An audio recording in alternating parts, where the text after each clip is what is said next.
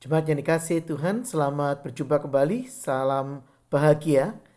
Kita bertemu kembali di dalam ibadah gereja SBI dan hari ini kita akan membahas tentang topik bahagia surgawi. Kami menyambut dan mengundang jemaat sekalian untuk bersama-sama bersuka cita dan kita akan mempersiapkan hati kita untuk masuk dalam persiapan saat teduh. Mari kita bersaat teduh. Mazmur nomor 32 ayat 1 mengingatkan kita, berbahagialah orang yang diampuni pelanggarannya, yang dosanya ditutupi. Mari kita masuk di dalam doa syafaat kita. Bapa di dalam surga, kami datang kepadamu saat ini, karena kami menyadari kami membutuhkan Engkau. Kami bersandar dan berharap hanya kepada Tuhan. Di dalam waktu dan masa ketika kami bersama-sama dengan seluruh dunia sedang menghadapi pandemi, kami berdoa dan berharap kepada Tuhan. Kami mencari wajah Tuhan sekali lagi dan kami berseru kepadamu ya Bapa. Karena kami tahu hanya kepada Engkau kami boleh berharap dan hanya kepadamu kami beroleh kekuatan kami Tuhan. Kami mengingat saudara-saudara kami yang lemah tubuh, saudara-saudara kami yang lanjut usia, saudara-saudara kami yang memiliki potensi. Kami berdoa kiranya Engkau memberikan perlindungan kepada mereka, memberikan kekuatan dan juga kesegaran untuk mereka terus bersuka cita di dalam Tuhan. Kami berdoa untuk setiap kami yang saat ini bersama-sama mendisiplin diri untuk tidak beraktivitas terlalu banyak, untuk tidak melakukan pekerjaan. Kami berdoa untuk rekan-rekan kami yang tidak dapat melakukan pekerjaannya secara baik. Kami berdoa Engkau sendiri yang akan memberikan kami tuntunan, memberikan kami pertolongan untuk kami boleh berserah dan berharap hanya kepada Tuhan. Bapa, kami berdoa karena kami tahu hanya kepadamu kami boleh meminta. Sertai pada kami, tuntun kami untuk kami boleh dan dapat mengagungkan dan memuliakan nama Tuhan. Demi nama Tuhan kami Yesus Kristus kami berdoa dan mengucap syukur. Amin.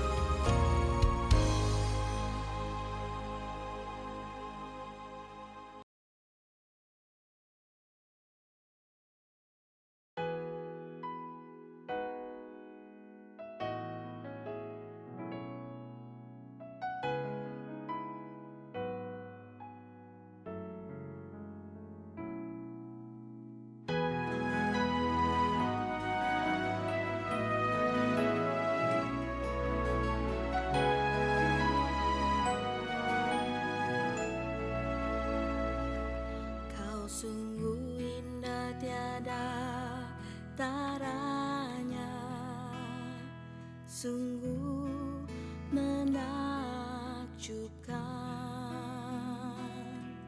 sungguh ajaib untuk dimengerti, lebih dari semua yang ada. Hikmat-Mu tiada terselami, kasih-Mu dalam tak terduga. Kau sungguh indah tiada taranya, mulia dan berkuasa. Ku kagum hormat akan Engkau, ku kagum hormat akan Engkau. Kau Allah yang layak dipuji, ku kagum akan Engkau.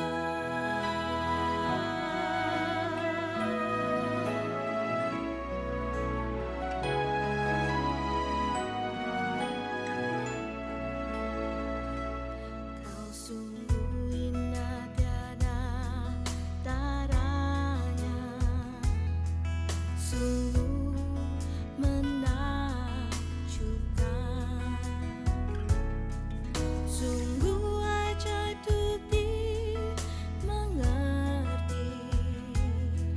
lebih dari semua yang ada. Hikmat-Mu tiada terselami, kasih-Mu dalam tak terduga. Kau sungguh indah tiada taranya, mulia dan berkuasa. Ku kagum hormat akan Engkau, ku kagum hormat akan Engkau. Kau Allah yang layak dipuji, ku kagum akan Engkau. Ku kagum hormat akan Engkau, ku kagum hormat akan Engkau. Kau Allah yang layak dipuji, ku kagum akan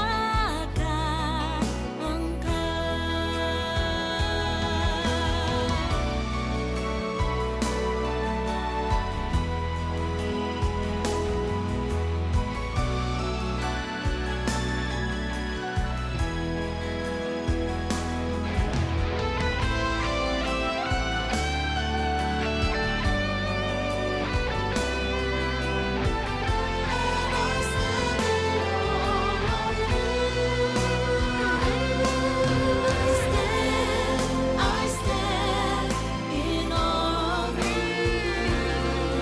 I stand in awe of You. Holy God, to whom all praise is due. I stand in awe of You. Holy God, to whom all praise is due. I stand in awe of You. I stand in awe of You.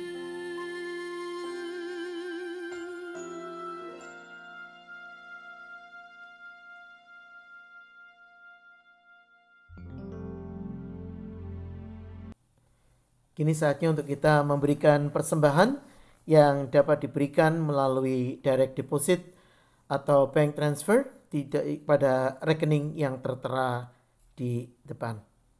Tuhan memberkati.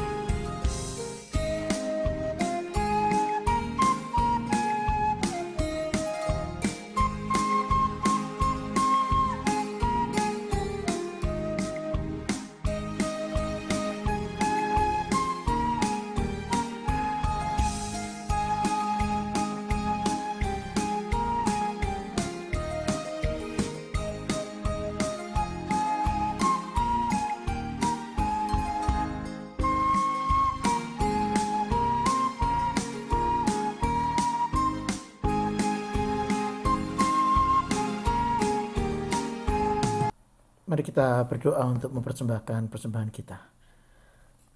Bapa, kami persembahkan persembahan kami yang walaupun sangat kecil dibanding dengan kekayaan-Mu, tetapi kami berikan dengan sepenuh hati dan kami serahkan sepenuhnya ke dalam tangan anugerah-Mu.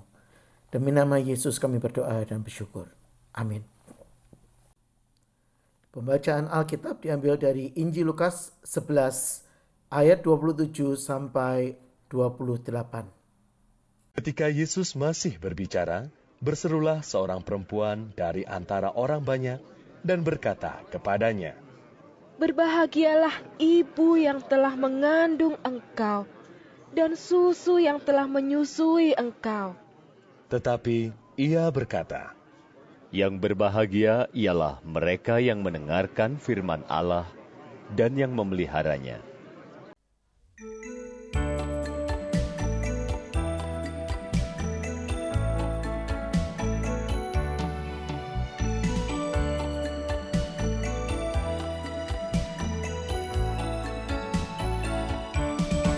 Banyak orang mencari bahagia, naik dan turun, gunung dan lembah. Tapi sayang, 1000 kali sayang, banyaklah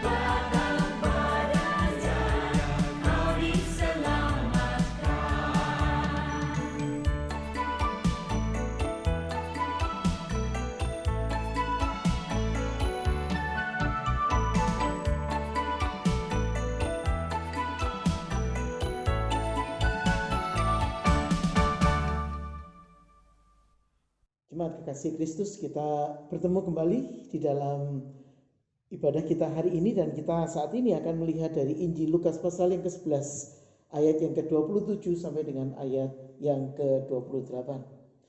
Ketika Yesus masih berbicara, berserulah seorang perempuan dari antara orang banyak dan berkata kepadanya, "Berbahagialah ibu yang telah mengandung engkau dan susu yang telah menyusui engkau." Tetapi ia berkata, yang berbahagia ialah mereka yang mendengarkan firman Allah dan yang memeliharanya. Martin Luther pernah mengatakan bahwa ada 3 hal yang perlu dipertobatkan dari diri seseorang. Yang pertama adalah hatinya, yang kedua adalah pikirannya, dan yang ketiga adalah dompetnya.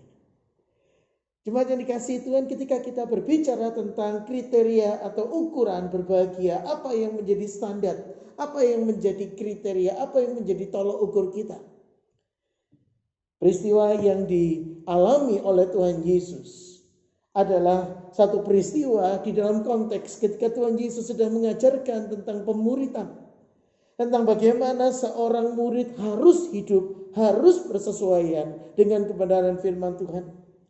Dan saudara-saudara, Tuhan Yesus menunjukkan bagaimana sebagai seorang murid mereka harus bertindak dan bersikap seperti seorang Samaria yang tidak memandang siapa musuhnya, tetapi ketika ada yang menderita, dia akan mengulurkan tangan dan menolong mereka. Seperti Marta dan Maria yang bersedia membuka pintu rumah mereka dan bersedia untuk memprioritaskan Kristus sebagai yang utama, yang terutama di dalam kehidupan mereka. Yang berikutnya ketika mereka berdoa, bagaimana kerajaan Allah, bagaimana Bapa di surga itu harus menjadi fokus, menjadi titik sentral yang utama dari setiap doa, setiap pergumulan kita. Dan Tuhan menunjukkan bahwa penyertaan Allah akan nyata, sebagaimana yang kita sudah dengarkan di dalam khotbah minggu yang lalu ketika Yesus mengusir setan. Ketika Yesus mengusir si jahat, menunjukkan kuasa Allah atas si jahat. Jemaat yang dikasihi Tuhan, melihat semua kenyataan itu, melihat semua fenomena itu, ada seorang perempuan dari antara pendengar Tuhan Yesus yang kemudian berseru, "Berbahagialah ibu yang telah mengandung engkau dan susu yang telah menyusui engkau." Mengapa perempuan ini mengatakan demikian? Perempuan ini mengucapkan sesuatu yang dipahami, sesuatu yang diterima pada saat itu, sesuatu yang menjadi kriteria. Kebahagiaan adalah ketika seorang tua melihat anaknya tumbuh berkembang, ketika anaknya berhasil.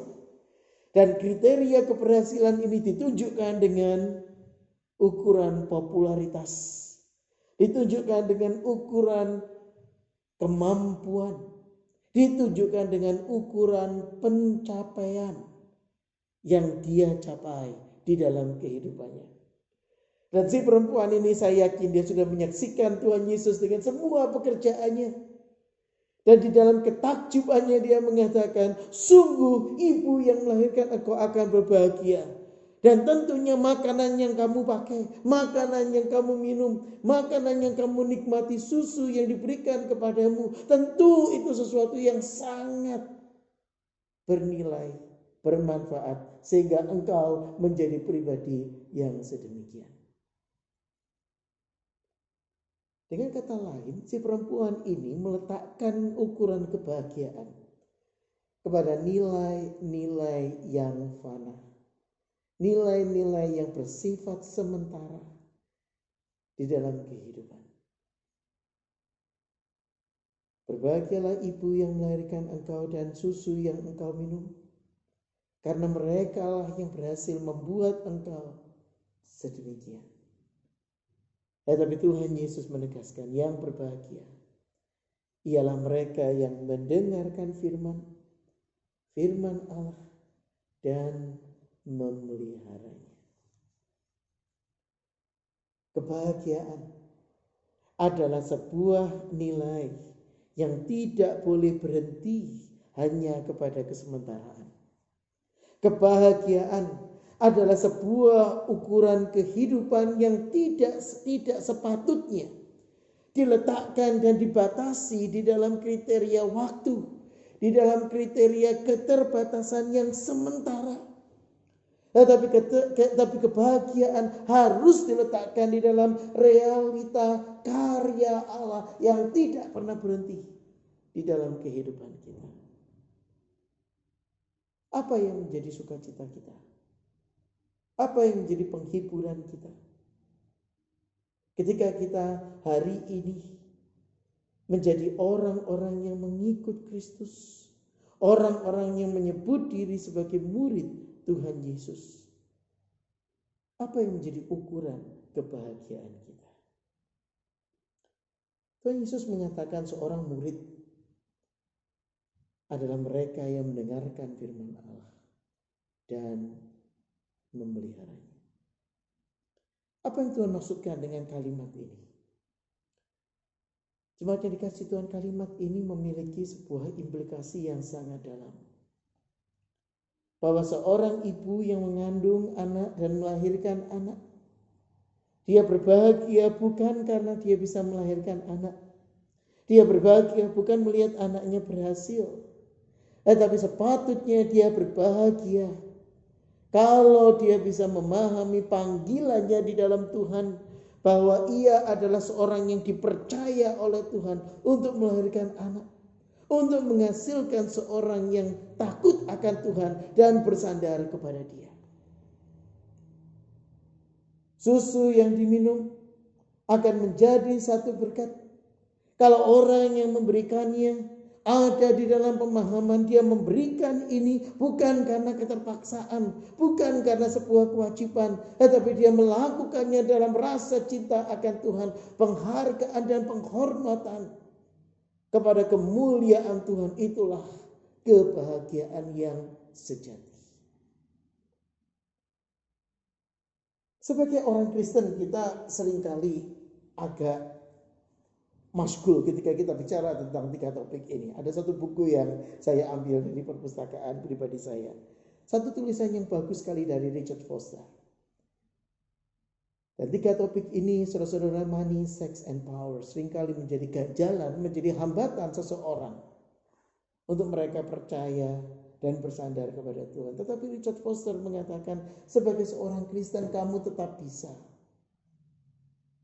melihat uang sebagai sebuah bagian yang Tuhan berikan, percayakan kepadamu. Bukan sebagai sumber kebahagiaan, tetapi sebagai sarana untuk membawa dan menjadi berkat bagi orang-orang yang lain. Uang adalah sarana, uang adalah cara, uang adalah alat untuk menghadirkan kerajaan Allah di dalam kehidupan ini. Demikian juga dengan yang namanya kekuasaan. Demikian juga dengan yang namanya kenikmatan.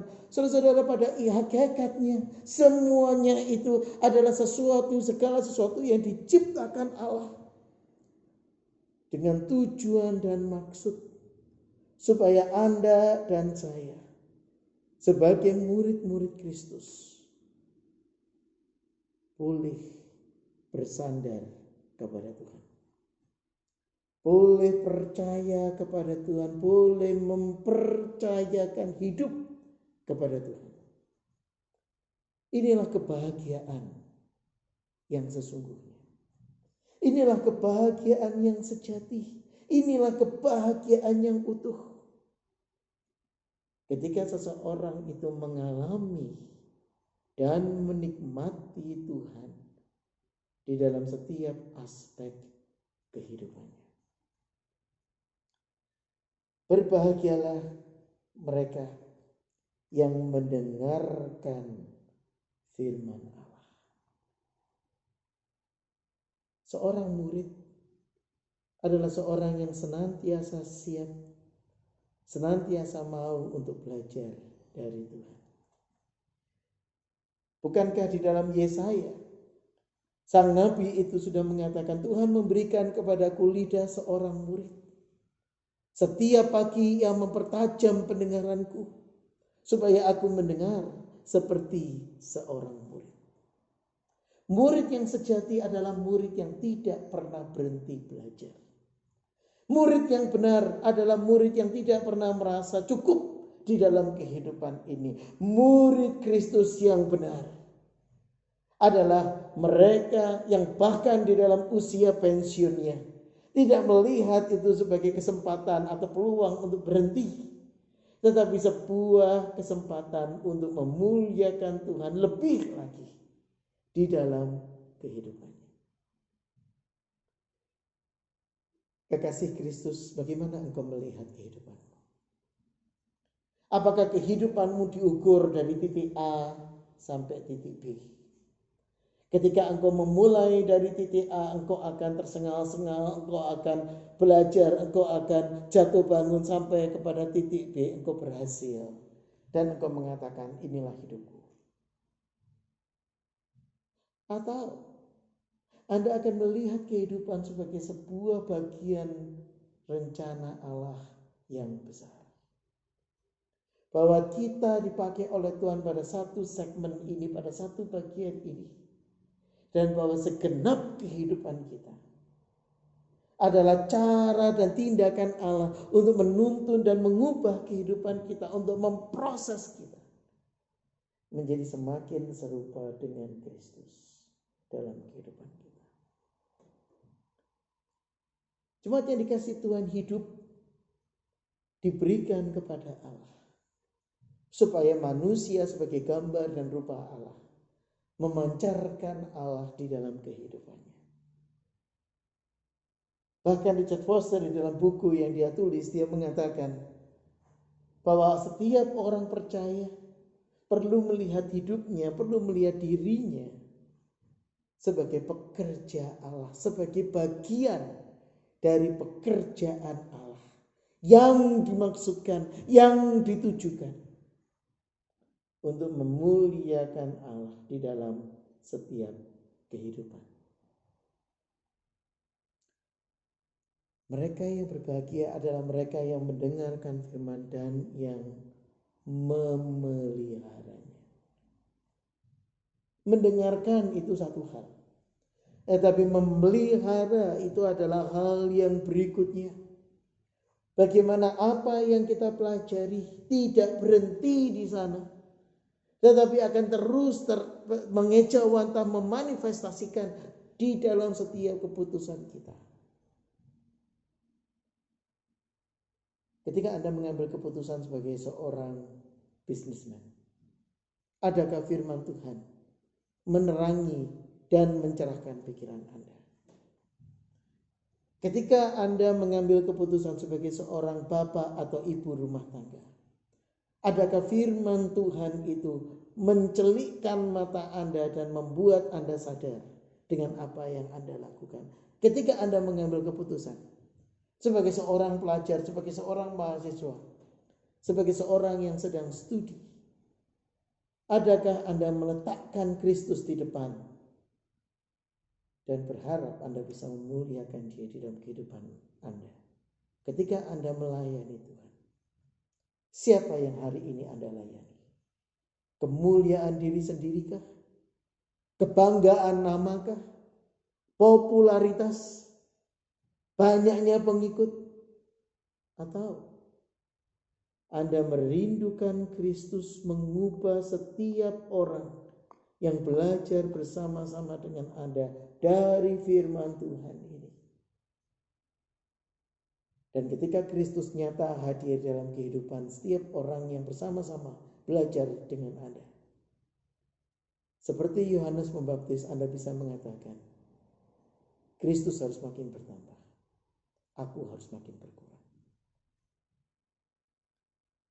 Siapa yang hari ini Anda layani? Siapa yang hari ini Anda sedang ikuti?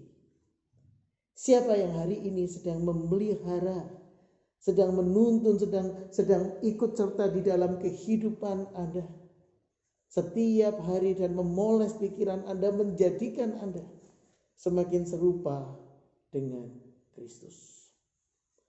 Apakah pikiran kedagingan Anda kah? Ataukah firman Tuhan yang hadir di dalam kehidupan Anda. Richard Foster menuliskan, jeritan terbesar dari setiap orang percaya hari ini adalah supaya mereka bisa menghidupi iman mereka. Seruan terbesar dari setiap orang percaya adalah supaya mereka bisa hidup setia kepada Tuhan. Hidup bersandar kepada Tuhan. Dan hidup ini bisa terjadi ketika Anda dan saya mengikuti teladan Kristus. Kristus bangkit. Yang kebangkitannya kita rayakan beberapa minggu yang lalu. Bukan sekedar sebagai sebuah teladan, sebuah paten. Tetapi Kristus hadir dan bangkit untuk memberikan kehidupan kepada Anda dan saya. Dan memungkinkan kita melihat hidup bukan dari sisi nilai keterbatasan, kefanaan, kesemuan. Tetapi kita melihat dari nilai kekekalan Allah. Karya Allah yang besar, yang tidak pernah mustahil di dalam kehidupan kita. Adakah Kristus nyata hadir di dalam kehidupanmu? Mari kita berdoa.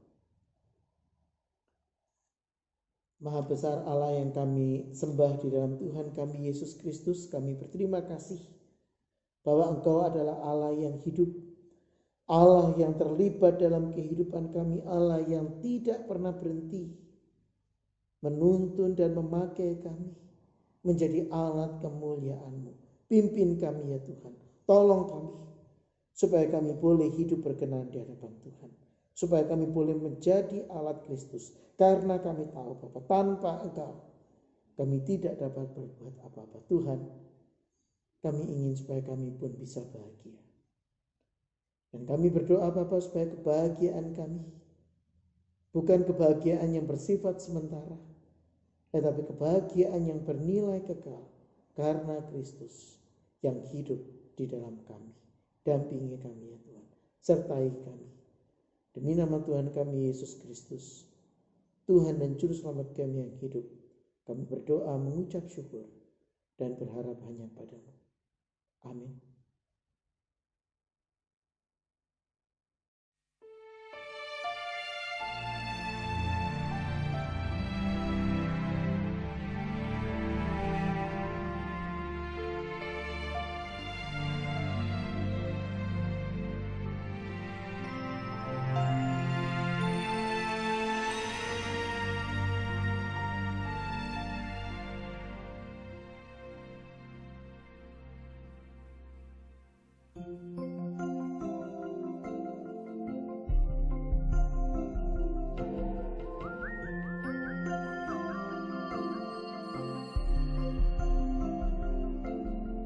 Kasih yang terindah, hati yang mulia, hanya ku temukan di dalam-Mu, Yesusku. Pujian dari hatiku selalu di setiap waktuku, tiada pernah berubah kasih-Ku. Karya terbesar dalam hidupku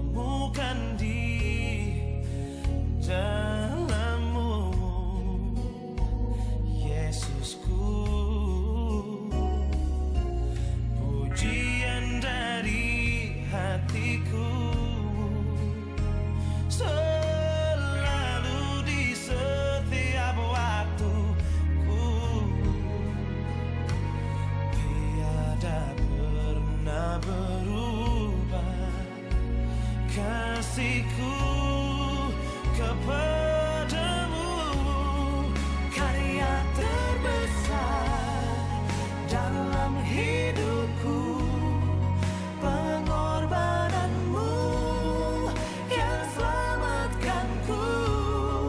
Engkaulah harta yang tak ternilai, yang ku miliki dan ku hargai. Yesus, Engkau ku kagumi. Kematianmu menghidupkanku.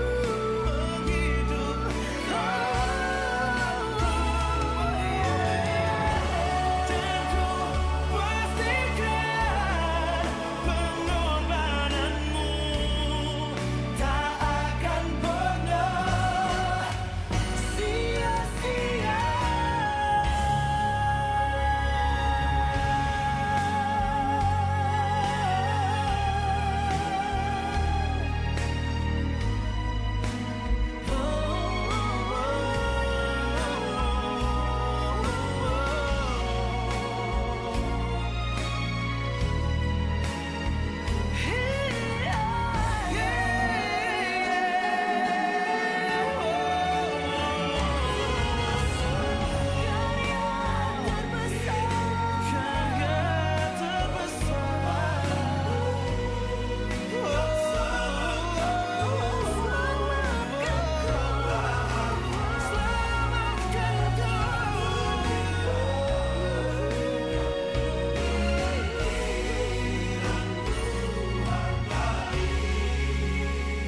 Yesus, Engkau ku kagumi.